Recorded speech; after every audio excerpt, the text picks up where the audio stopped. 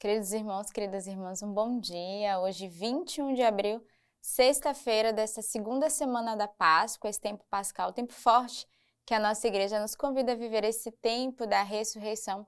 E hoje também a igreja celebra Santo Anselmo. Então, peçamos nesse dia a intercessão dos santos para que nos acompanhem ao longo do nosso dia, ao longo desse tempo de graça que vivemos na nossa igreja, desse tempo pascal, mas também com as leituras que a própria igreja nos oferece.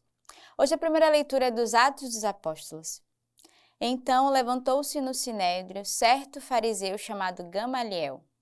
Era um doutor da lei, respeitado por todo o povo.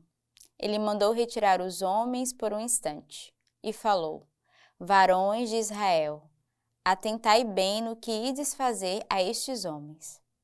Antes destes nossos dias surgiu Teudas, que pretendia ser alguém e ao qual aderiram cerca de 400 homens. Mas foi morto, e todos os que lhe deram crédito se dissolveram e foram reduzidos a nada. Depois dele veio Judas, o galileu, na época do recenseamento, atraindo o povo atrás de si. Percebeu ele também, e todos os que lhe obedeciam foram dispersos. Agora, portanto, digo-vos, deixai de ocupar-vos com estes homens, soltai-os, pois se o seu intento ou a sua obra provém dos homens, destruir-se-á por si mesma.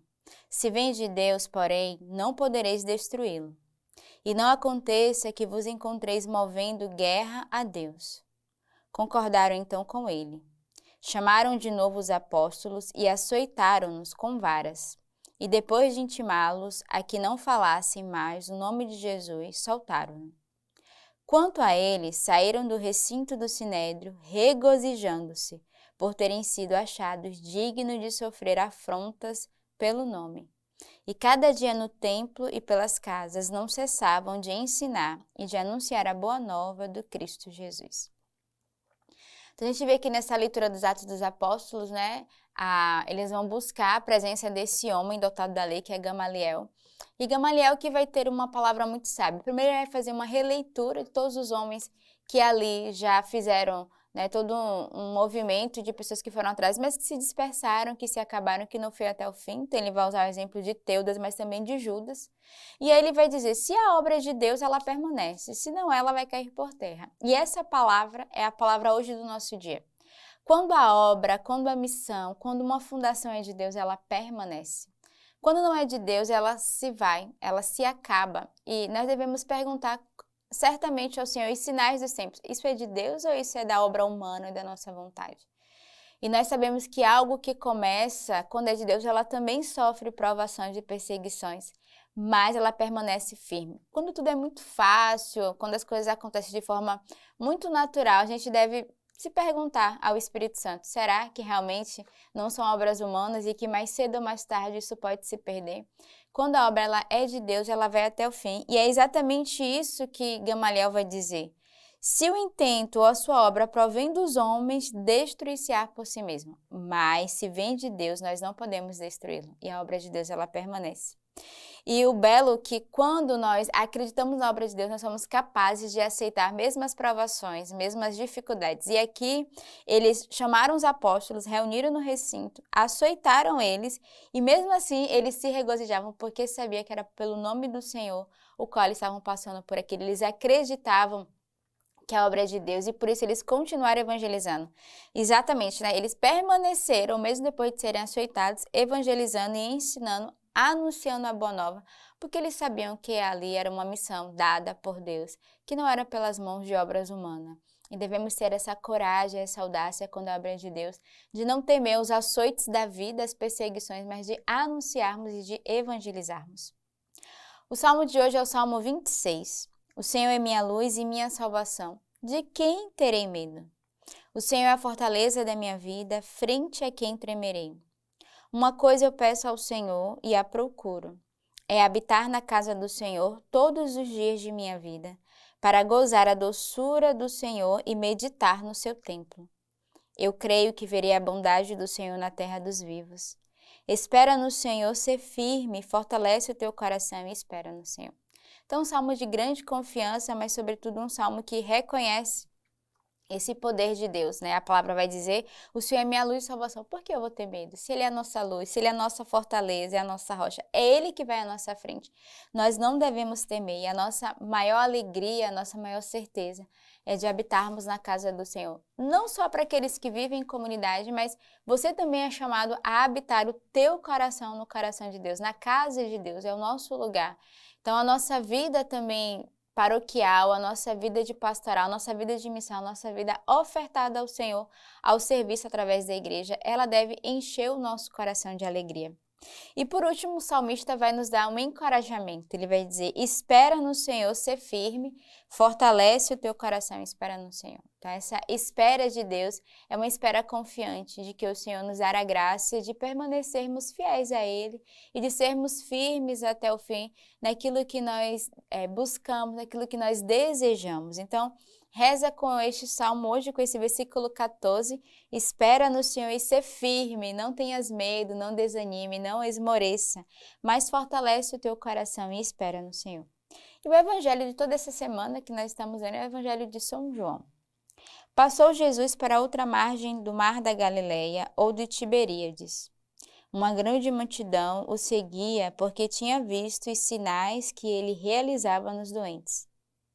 Subiu então Jesus à montanha e aí sentou com os seus discípulos. Estava próxima a Páscoa, a festa dos judeus. Levantando Jesus os olhos e vendo a grande multidão que a ele ocorria, disse a Filipe, onde compraremos pão para que eles comam? Ele falava assim para pô-lo à prova, porque sabia o que iria fazer. Respondeu-lhe Filipe, 200 denários de pão não seria suficiente para que cada um recebesse um pedaço. Um de seus discípulos, André, o irmão de Simão Pedro, lhe disse, há aqui um menino que tem 5 pães de cevada e 2 peixinhos. Mas o que é isso para tantas pessoas? Disse Jesus, fazei que se acomodem. Havia muita grama naquele lugar. Sentaram, pois, os homens, em número de 5.000 aproximadamente. Tomou então Jesus os pães e, depois de dar graça, distribuiu aos presentes, assim como os peixinhos, tanto quanto queriam. Quando se saciaram, disse Jesus a seus discípulos, recolhei os pedaços que sobraram, para que nada se perca.